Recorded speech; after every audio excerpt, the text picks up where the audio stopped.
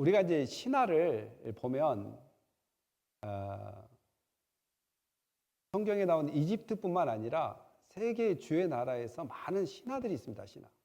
보통 그리스에는 12개의 신화의 인물의 바탕으로 해서 그 12개의 신화 속에 나온 12개의 신으로부터 또 작은 신들이 이렇게 도출되어지고 번식되어지는 것을 보게 됩니다. 그러면 거기 그리스에만 있나, 오늘 이집트에만 있냐, 이런 것이 아니라 우리 한국에도 그런 신화들 가운데 신들이 있습니다.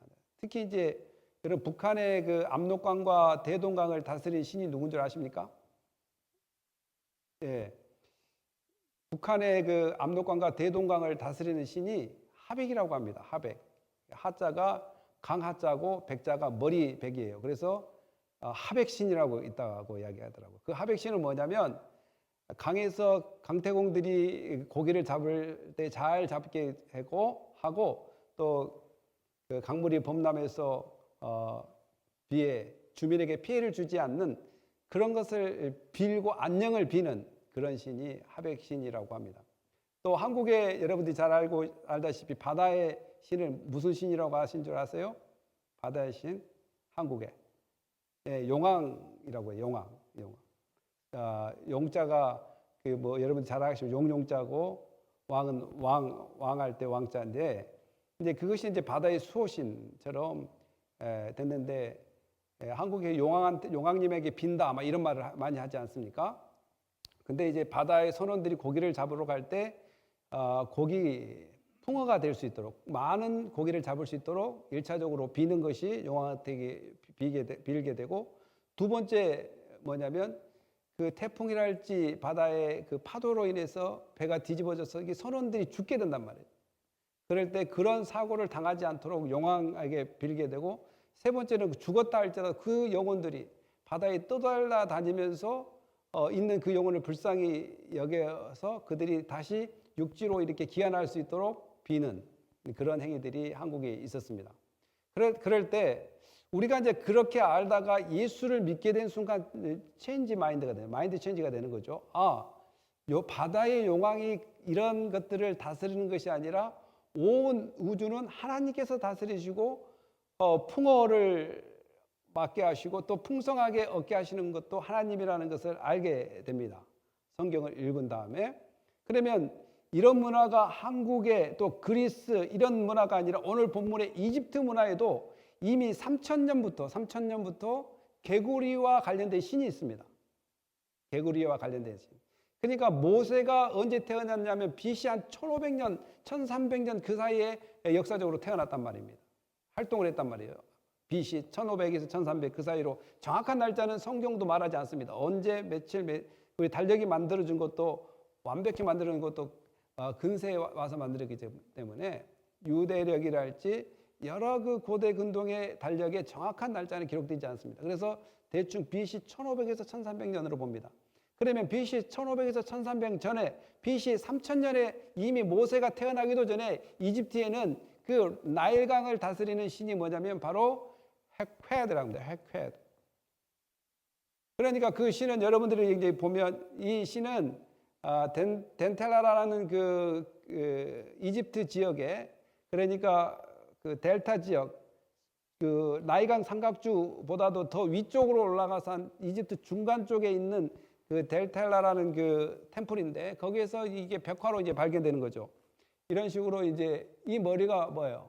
개구리 모양 아니겠습니까? 이 여신입니다, 여신.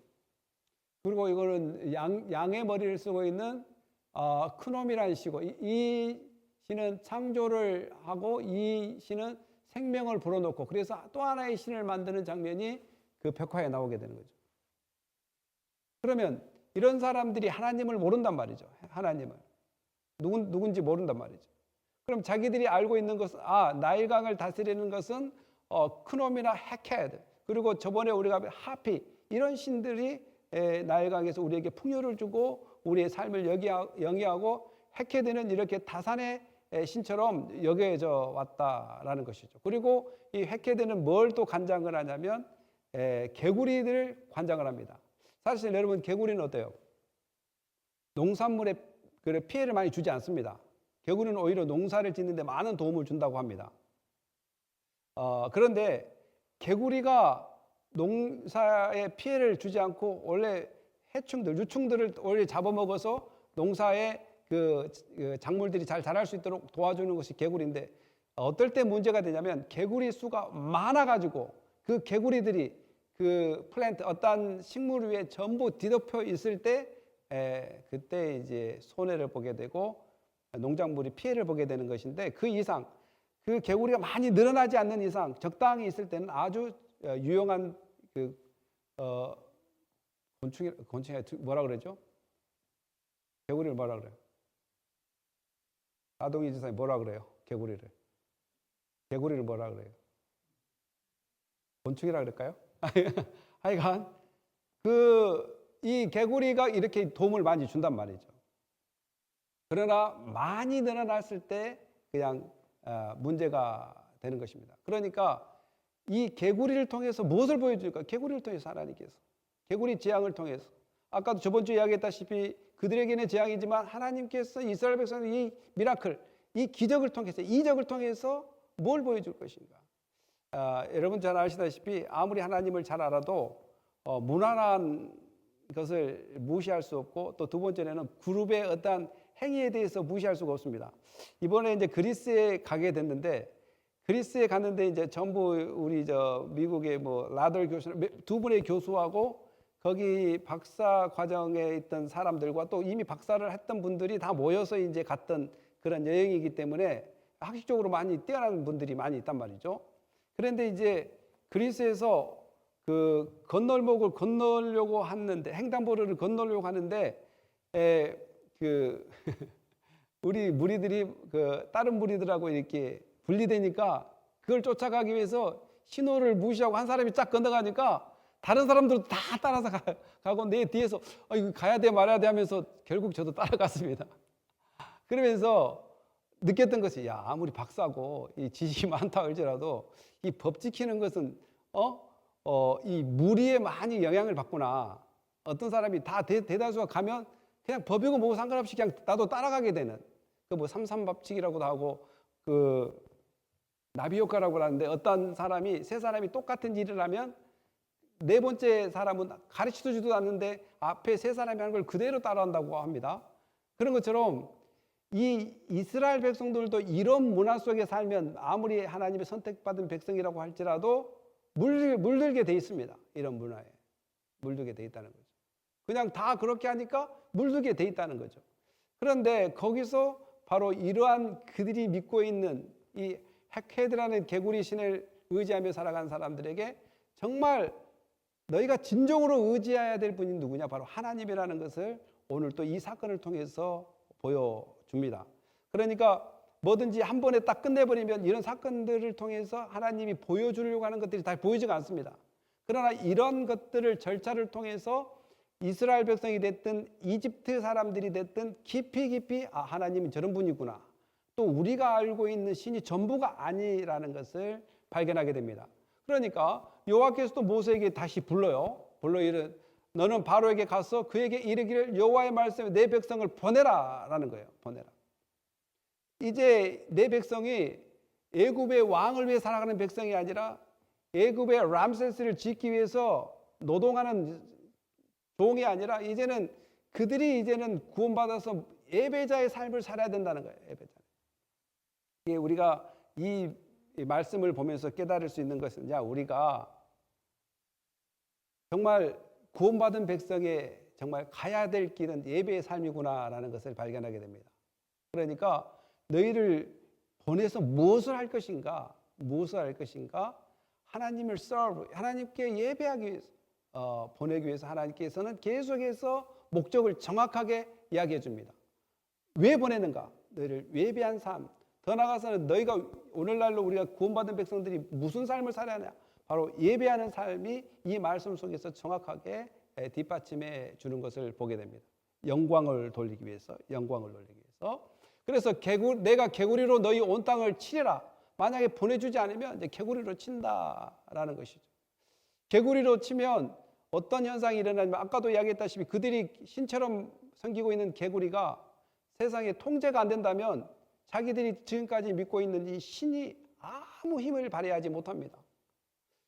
그 개구리 신이 또 해야 될 것이 뭐냐면, 하는 것이 뭐냐면, 개구리의 양을 적절하게 조절한다고 생각합니다. 이집트 백성들은. 그래서 적절하게 농사를 잘 도와줄 수 있게끔 하는 것이 또 개구리 신의 헤퀘드, 개구리 신의 역할이라고 생각합니다. 그런데 개구리 신이 그것을 적절하게 잘 조절하지 못해서 개구리가 왕창 이렇게 기어 올라서 이 이집트 땅을 덮어버리면 얼마나 그 농작물에 피해가 많겠습니까? 그래서 여호와께서 모세에게 이르시되 아론에게 명령하기를 내 지팡이를 잡고 내 팔을 강들과 운하들과 못 위에 펴서 개구리들이 애굽 땅에 올라오게 하라 할지라, 이렇게 이야기합니다. 그런데 이제 지금 대부분 누가 이 이야기를 주도해 나가냐면 모세와 또한 이집트 왕 바로가 또 아론, 이 세 사람 관계 가운데 하나님께서 계속 주도해 나갑니다. 이 이야기를. 그래서 이 이적 또는 반대편으로는 이 재앙들을 누구를 통해서 펼쳐나가냐면 아론을 통해서 펼쳐나가는 것을 보게 됩니다. 그래서 이 사건이 이 이적이라고도 이야기하고 반대편은 이 재앙이라고 하는 것을 여러분들이 잘 아시다시피 계속해서 중간중간 이집트 요술사들도 이같이 하더라라고 계속 이야기합니다. 이같이 하더라. 그런데 이제 첫째 재앙과 두 번째 재앙이 다른 것은 뭐냐면, 첫째 재앙까지는 여러분들이 이제 두 가지 그 요술사들이 하는 것이 두 가지입니다. 첫째는 속임수를 통해서 했다는 해석하고 정말 신적인 힘을 얻고, 왜냐하면 신이 들린 사람이 작두도 타기 때문에 신이 들린 사람들도 어느 정도 이적과 기적은 이룹니다. 성경에서도 나타나고 또 지금 현 시대에도 나타나고 있습니다. 그러니까 두 가지 측면, 속여서 저렇게 했다는 해석하고 진짜 신의 힘을 빌어서 했다는 측면도 있습니다. 그러니까 성경은 그러나 자세히 요술사들이 어떻게 그것을 했는가는 이야기하지 않습니다. 그러나 두 가지를 측정해 볼 수 있지만 그들이 아론이 그렇게 손을 펼쳐서 개구리들이 올라온 기적을 바로 요술사들, 이집트 요술사들도 했다라고 이야기합니다.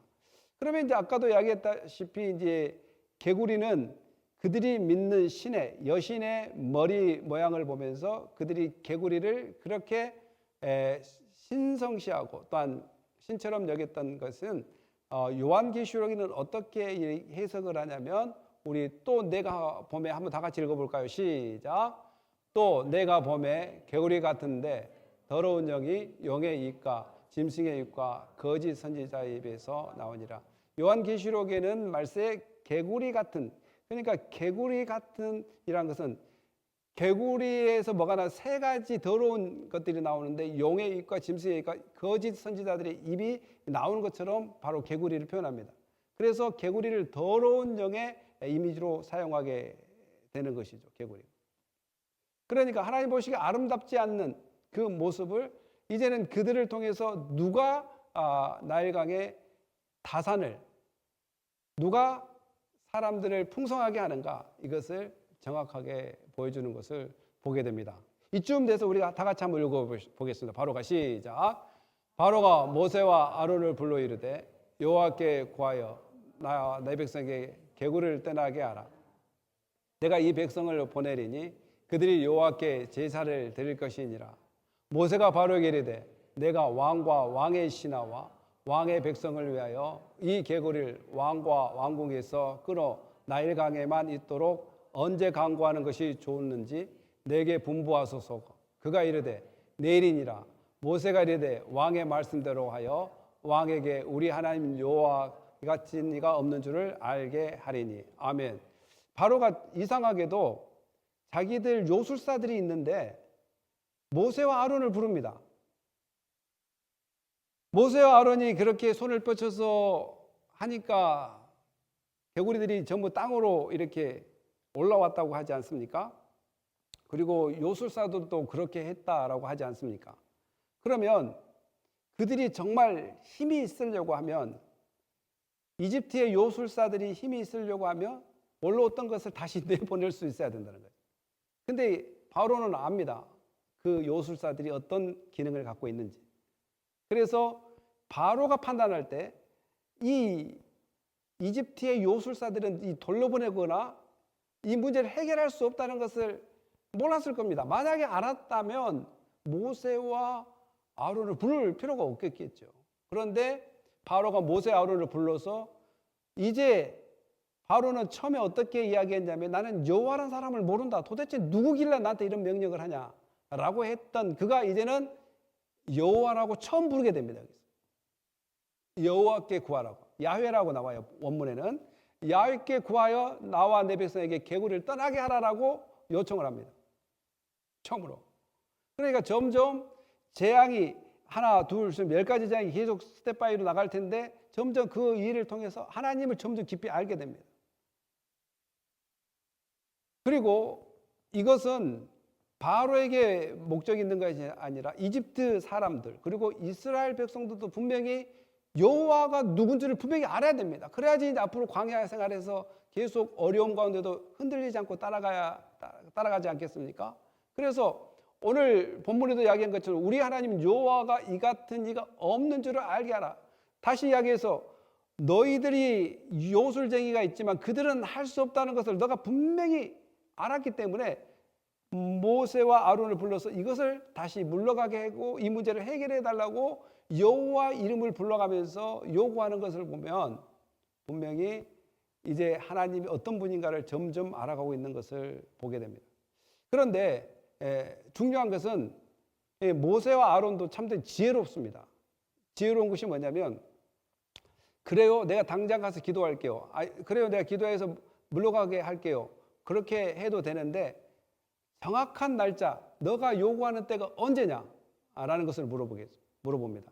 그러니까 모세가 바로에게 언제 이 개구리들이 물러가기를 원하느냐?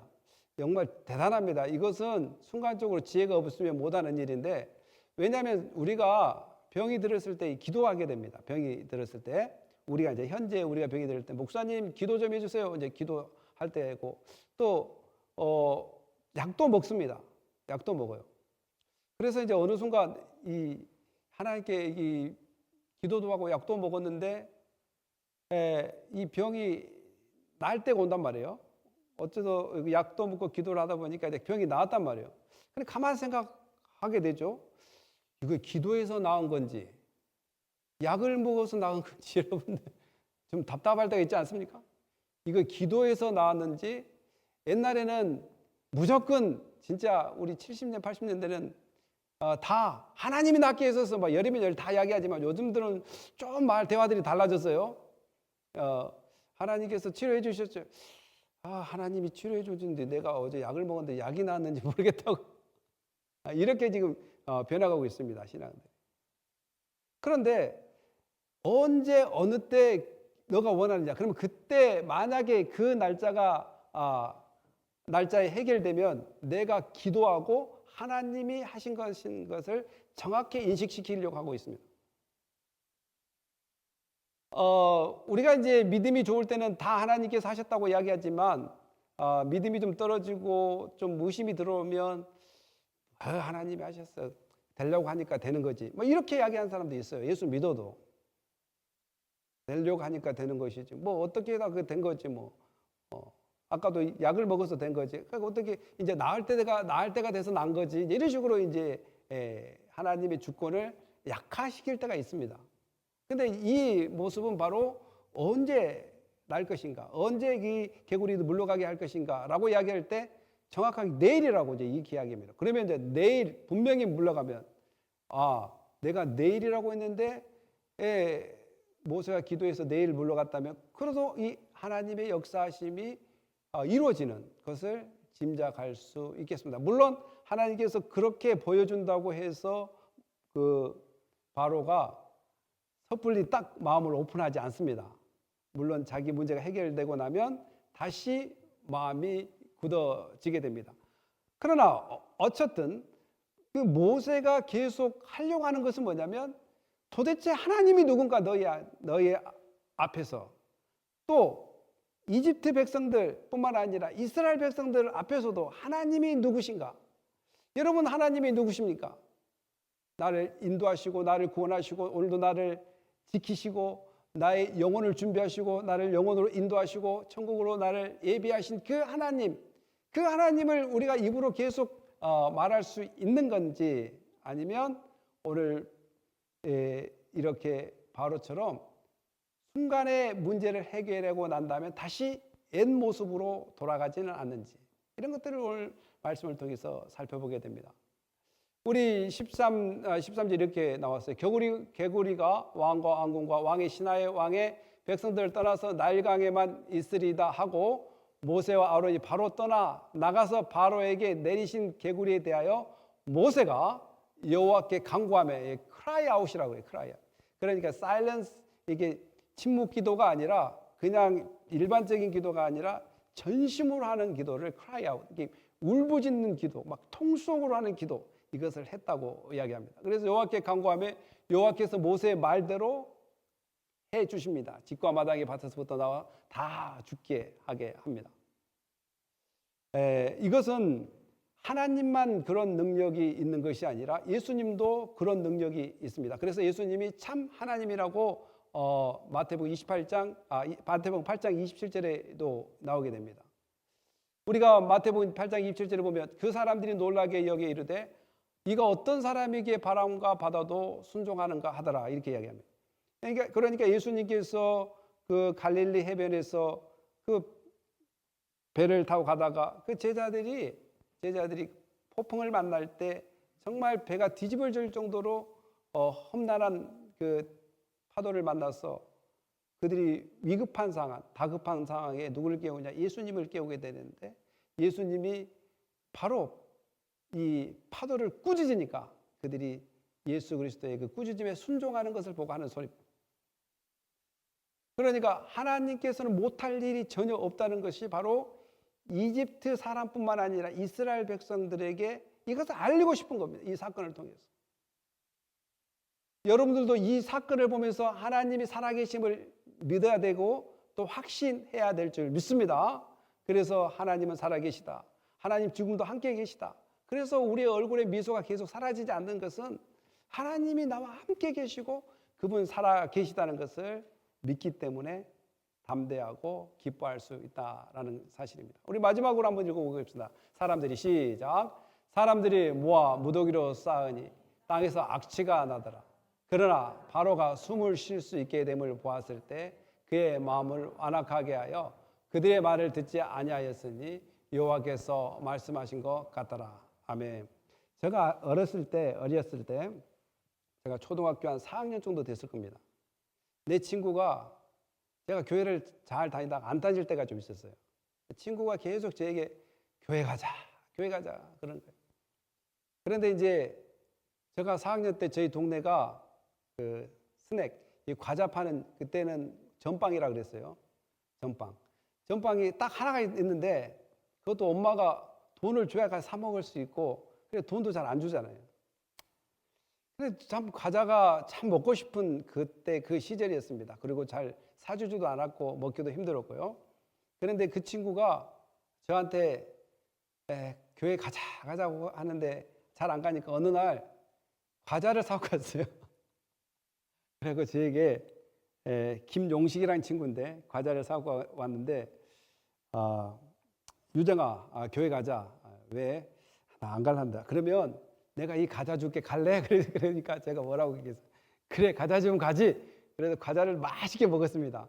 먹고 나서 갔을까요? 안 갔을까요? 안 갔습니다. 먹고 안 갔어요. 그 설교를 준비하는데 그것이 막 뇌에 얼마 깊게 새기는지요. 그때 그 친구한테 너무 미안하고, 내가 그 친구 그 결혼식 때 사회를 봤는데 참 오늘 설교를 준비해서 그게 너무 생각나더라고. 교회 가자고 막 그 스낵은 맛있게, 과자는 맛있게 먹고 이제 갈 줄 알고 딱 있었는데 못 가겠다 그러니까 그 친구가 너무 실망을 해요. 그럼에도 불구하고 그 친구는 교회를 가더라고요. 그거 딱 생각났는데 바로 이 급한 불을 끄니까, 급한 불, 나라에 뒤덮였던 그 재앙, 그 개구리들이 뒤덮고 있는 땅에서 또 다 한 곳에 모아서 죽게 하고 또 그 문제를 해결하니까 마음이 다시 강팍해져서 여호와께서 하신 말씀을 듣지 않고 여전히 하나님께서 말씀한 대로 강하게 되는 이런 것들을 보게 됩니다. 사랑하는 성도 여러분, 우리가 강팍할 때 강팍해야 됩니다. 어떨 때 강팍해야 되냐면 나는 죽어도 예수 그리스도를 부인하지 않겠다. 정말 이 강한 마음을 품어야 됩니다. 나는 해로울지라도 예수 그리스도 복음 안에 살겠다. 나는 목숨이 살아있는 한 주를 위해 충성하며 살겠다. 이런 것들. 이런 것들은 정말 강해야 됩니다. 강팍할 정도로 강한 마음을 가져야 됩니다. 나는 부끄럽더라도 나는 전도하며 살겠다. 이런 것들. 제가 사실 2달 동안 전도를 못 나갔습니다. 그 노방 전도를 그리스도 갔다 오고 또 그 전에 또 마음도 좀 힘들고 그래가지고 밖에 나가는 것이 좀 그러더라고요. 그래서 못 갔는데 어제 이제 처음으로 전도를 나갔는데 와, 2달 만에 처음 가니까 너무 이렇게 서먹서먹한 겁니다. 이렇게. 그리고 사람들 앞에 가서 전도하기가 부끄러운 거야, 이게. 부끄러워요. 그래서 거기서 이제 기도를 했죠. 아내랑 차 안에서 기도하고 또 스스로 막 하나님 힘을 주십시오. 힘을 주십시오. 이 복음 전도지를 받는 사람들이 예수 믿게 해주십시오. 막 그렇게 하면서 이제 전도지를 하나 주고 또 어떤 분들은 어디 교회에서 왔냐? 네, 여기 교회에서 왔습니다. 만약에 교회가 필요하시면 저희 교회 오십시오. 이런 말들이 이제 나오기 시작하는 거예요. 나오기 시작. 그래서 이런 것은 마음이 강해야 됩니다. 사실. 이런 것들은 강해야 돼요. 그리고 나는 어떻게 해도 형제를 섬기겠다. 막 이런 고집들은 강해야 돼요. 강해야 돼요, 정말. 나는 주님 오실 때까지, 내가 주님이 생명 다할 때까지 나는 주님이 기뻐하는 삶을 살다가 주님 부르시면 가야 되겠다. 이런 마음은 강해야 됩니다. 누가 뭐라 해도 강해야 됩니다. 나는 어떤 일이 있어도 겸손해야 되겠다. 이런 마음 강해야 됩니다. 근데 강하지 말아야 될 마음이 있어요. 우리가 로마서 2장 5절 한번 읽어볼까요? 시작. 다만 내 고집과 회개하지 아니한 마음을 따라 진노의 날 곧 하나님의 의로우신 심판이 나타나는 그날에 이 말을 진노를 내게 쌓는도다. 오늘 찬양 중에도 마음을 부드럽게 해달라고 이렇게 찬양을 하시더라고요. 하나님께서 우리에게 멸망시키려고 하지 않습니다. 하나님께서는 우리를 사랑하사 우리를 회개할 수 있도록 이끌어 주신다고 로마서 2장 4절에는 이야기를 해요. 그런데 왜 회개를 못하냐? 바로 고집과 회개하지 않는 이 강팍한 마음 때문에 그런다는 거예요. 하나님은 죄진 영혼들을 이끌어서 회개하고 구원받게 하는 그 인자한 마음을 가지고 있는데 또 거짓 선지자나 비판하거나 비평하는 그런 그 무리들, 로마 교회에 이제 편지를 쓰지 않겠습니까? 그런 사람들이 왜 진노의 날 이렇게 진노를 쌓게 됐냐면 너희 고집과 강팍함 때문에 그런다라고 이야기합니다. 히브리서 3장 15절은 어떻게 이야기한가 읽어볼까요? 성경에 시작. 성경에 일렀으되 오늘 너희가 그의 음성을 듣거든 경노하게 하시던 것 같이 너희 마음을 완고하게 하지 말라 하셨으니. 성경 말씀을 보고 또 성경 공부를 하게 되면 마음이 부드러워집니다. 아, 하나님이 이거 싫어하구나. 아, 하나님이 이걸 좋아하구나. 그러면 자꾸 자기가 가지고 있던 마음의 자세들을 자꾸 허물기 시작해요. 강력한 진을 파괴합니다. 파괴해요. 그래서 점점 마음이 부드러워집니다. 부드러워져요. 그것이 바로 성경을 제대로 아는 사람이구나. 성경을 제대로 공부한 사람이구나. 라는 것을 이제 발견하게 되죠. 그러니까 성경에 일렀을 오늘 너희가 그 음성을 듣거든 경노하게. 이 경노했단 말은 이스라엘 백성들이 출애굽을 할 때에 늘 불평하고 원망했던 일을 통해서 하나님을 경노케 한 적이 있습니다. 근데 그것을 기억하면서 그러나 이제 그러지 마라. 성경이 오늘날 너희가 그 음성을 듣거든 하나님의 음성을 듣거든 너희 마음을 완고하게 하지 말라라고 이야기합니다. 완고하게 하면 자기가 나는 저 사람 정말 한 번 마음 먹으면 정말 끝장 보는 사람이야. 대단한 사람이야. 저 사람은 칼이 들어와도 변하지 않을 사람이야. 이거 참 좋은 말 같은데 별로 좋은 말 아닙니다. 좋은 말 아니에요. 성경을 보면 볼수록 나의 그 완악하고 고집스러운 것들이 점점 부서져야 되고 하나님이 기뻐한 삶을 살려고 이제 추구하게 되는 것이죠. 마찬가지로 오늘 이스라엘 백성들뿐만 아니라 이 이집트 사람들이 그동안 자기들이 꽉 붙잡고 있던 것이 뭐냐면 헤켓, 개구리 신이었단 말이에요.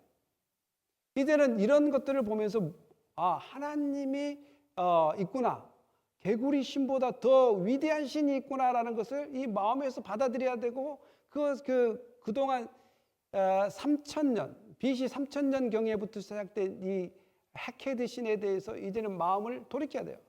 하나님을. 그러나 바로도 마찬가지로 쉽게 돌리지는 않습니다. 그러나 하나님께서 은혜를 베푼 사람들은 마음이 점점 부드럽게 됩니다. 마음이 부드러웠을 때 역사가 일어납니다. 그리고 교회 와서 우리가 얼굴에 웃음이 좀 있으면 좋겠습니다. 이렇게 웃고 기뻐하고 즐거워하고, 세상에도 웃을 일이 없다. 근데 교회까지 와서 이렇게 웃을 일이 없으면 안 되겠다. 이 말씀을 들을 때 기쁨이 있어야 되고 즐거움이 있어야 되지 않을까, 이런 생각을 해보게 됩니다. 근데 문제가 뭐냐면 마음에 부드러움이 있어야 된다. 하나님의 말씀을 들을 때 자꾸 자기에게 강력한 진을 파괴시켜야 되는 거예요. 파괴시켜야 돼요. 그래서 마치 내가 이집트 백성이 개구리 신을 붙잡고 있었던 것처럼, 우리가 내 자신의 강력한 진을 붙잡고 있는 것처럼 이제는 그 진을 파괴시켜야 돼요. 이제 이 강력한 진에서 벗어나서, 내가 추구하고 내가 고집했던 것에서 벗어나서 하나님이 원하는 쪽으로 돌이킨 것이 바로 내가 믿는 신에서 벗어나는 행위라고도 이야기할 수 있겠습니다. 사랑하는 성도 여러분, 하나님은 여러분의 완전하신 창조자이고, 여러분 오늘도 하나님께 여러분을 지키시고 있다는 것을 확신해야 될 것입니다. 세상에 어떤 신도 우리를 넘어뜨릴 수도 없고 우리를 지배할 수도 없습니다. 오직 하나님만을 우리를 다스리시고 인도해 나가신다는 확신을 가지고 늘 하나님 안에서 승리하는 삶이 되시기를 예수님의 이름으로 축복합니다. 기도하겠습니다. 할렐루야. 하나님 감사합니다. 우리가 바로의 마음을 보면서 행여나 우리가 이렇게 그런 강팍한 마음을 갖고 있지 않은지, 저를 비롯한 우리 모두가 돌아보게 하여 주시고, 하나님께서는 마음을 열고 하나님의 말씀을 받아들인 자에게 은혜를 베풀어 주시기를 원하시고, 늘 우리를 의로운 길로 인도해 주신 것을 믿습니다.